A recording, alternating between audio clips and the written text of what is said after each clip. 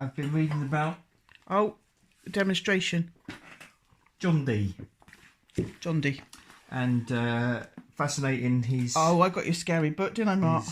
I'm terrified to even touch it. Well, Oh, he's moving. Look at him. Look at him go. Bloody idiot. He won't walk when he's got wheels. Why should he? along the similar. Transhumanism. Because I bought that for Mark, and then the next day I was here by myself, and it was just me, and that book was on the table, and I was looking at it, and I needed to get it out of the way so I could do a painting. I was too scared to push it out of the way because Alistair Crowley gets involved in it, and I'm like, Mark, if you're going to do a video about that, you're not saying any of the words out loud. You can just really well zoom in on them because I'm terrified to death of it. I'm not going to do any sort of rituals or anything like that. But, no, you're bloody not. Yes, apparently summoning of angels and fascinating history. John Dee, you know, his connection with Elizabeth I, and as a great scientist and mathematician who was also involved in the supernatural. And well, say about where that that language came from, the angels' language, then, Mark. He was having... Well, they call it Enochian, so it's like it's supposed to be closer to the original language spoken by God, or that spoken by Adam in the Garden of Eden. So. And where did they get it from? Is his name on the front of the... Get the other book up. It was John Dee and... Well, Edward Kelly was he was the actual sort of psychic, I suppose you'd call him, who was the channeling the spirits, because John Dee couldn't channel the spirits, so Edward Kelly was the one who was sensitive to these things, and with a scrying ball, like a crystal ball, as you now sort of term it. And supposedly, so they say, all these different angels came to them in incredible visions and transcribed this Enochian language. And this person wrote a dictionary of it, who's a linguist who's done lots of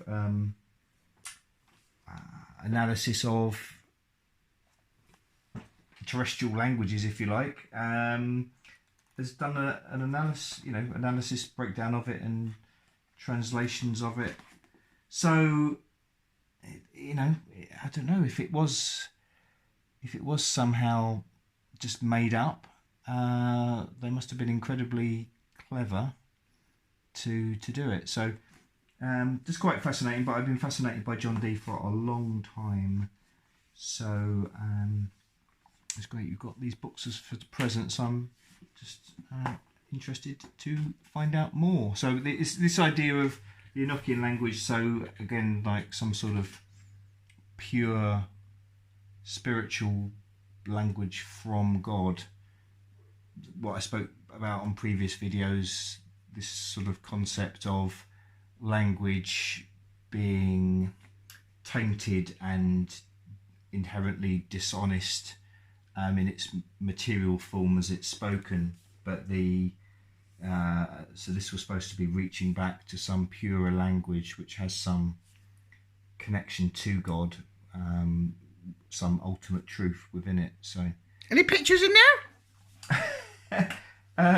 The odd photograph, but I. Oh, there's one. Oh, hang on. Oh, well, hang on. You just bloody had one. Well, I mean, you know, there he is on the front. That's him. That's John Dee. There's a picture on the front, yeah. That's John Dee, yeah. Just had a picture inside and you just completely ignored it. All right, well, you know, it's... the Tree of Life, all the pictures Mark don't give a shit about. I don't see that cunt. Oh, well, apparently she was quite a genius, so the Tree of Life. Yeah. So he was very interested in the Kabbalah, did plenty of studies of that, and as you mentioned before, centuries later, Alistair Crowley and his Golden Dawn did take a lot of these, the rituals and the visions and what they transcribed and used it for their own rituals. So another picture. This is a right mishmash of a video. I don't know what I'm going to call this. A mishmash. Hinduism and Crowley. What's this then? The Order of the Inspiritu from Merrick. I can't read that. Who were they? Some old gits? Yeah, some sort of mystical type mystical, magic people, I expect. Magic people. He's Who's very... that on the right? Giovanni Pico della Mirandola. So sort of various people at the time that were influential in magic, you know, and it used to be a thing at the time where magic, the spiritual, the religious, and the scientific, as Dürer, you'll be aware of him. The seven-headed beast and the beast with lamb's horns. That's the fucking neighbours. So it's sort of apocalyptic visions. Christ. But I think, although I'm only sort of part way through this book, I think where he's going with it is that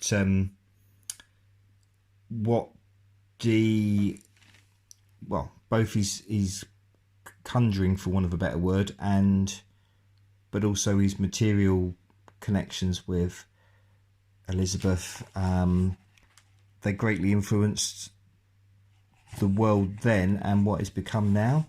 And this sort of idea that to create some spiritual ascendancy, to sort of fulfill the biblical prophecy, is almost like you've got to usher in this apocalyptic, like, revelations to create the new world after it.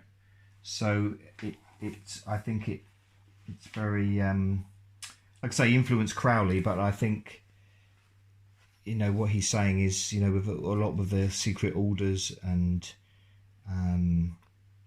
you know, up till our time today, it's all about this idea of these probably a bit crazed power people. Really, it's a bit delusional, I would say, in terms of they feel that they have to make this prophecy come true by ushering in the apocalypse. And I think that does look to be how the mad people in charge, with what they've been doing in the last couple of years, they seem to be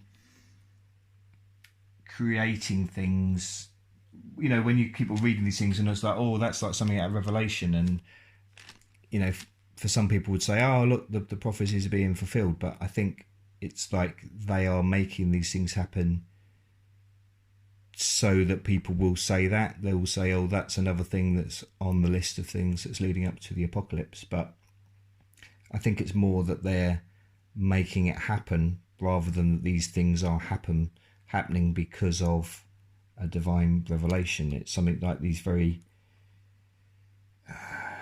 these people in control are making it happen in our world through their actions. But yeah, more to come. Well, when I was listening to Alan Watts today, and he was like really waxing lyrical about the yin yang, and it just reminded me, these people are delusional because there's a yin and a yang. Okay, so dark is never going to win over light, and light is never going to win over dark. It's not a thing. So we need to stop fucking worrying so much. It's never, ever, ever, ever going to win. Whether or not we blow this world up, whatever happens, it's not a forever win. And it's not a forever lose. So we need to just try and stop micro-analysing everything and just remember, it's always been yin and yang. It's always fucking gonna be. They're not gonna win, or if they do, it's gonna be like for 5 minutes in the timeline of the world. It's gonna be like a 30-second win, and then we come back again, and then we win for 30 seconds. It's never a forever ever win. And so you saying that they're doing that and they're delusional because they think that... Why are they delusional, do you think? Because they're like making destruction of the material world and life, thinking that then that will create this spiritual... I'm crossing my religions and words, but nirvana, you know, this sort of... They'll get some, like, bloody massive win, when really they can't get a win. No, I mean, that's the thing. I mean, I think a lot of it is... maybe not D. I mean, from what guys saying maybe he did want it for sort of pure reasons, but also it's tied up, and certainly the way it's come down to us now is a lot of these people, they really just want this ultimate power from themselves, which is obviously completely against any of the true spiritual, what should be the true basis of any religious idea of revelation or a sort of divinity on earth.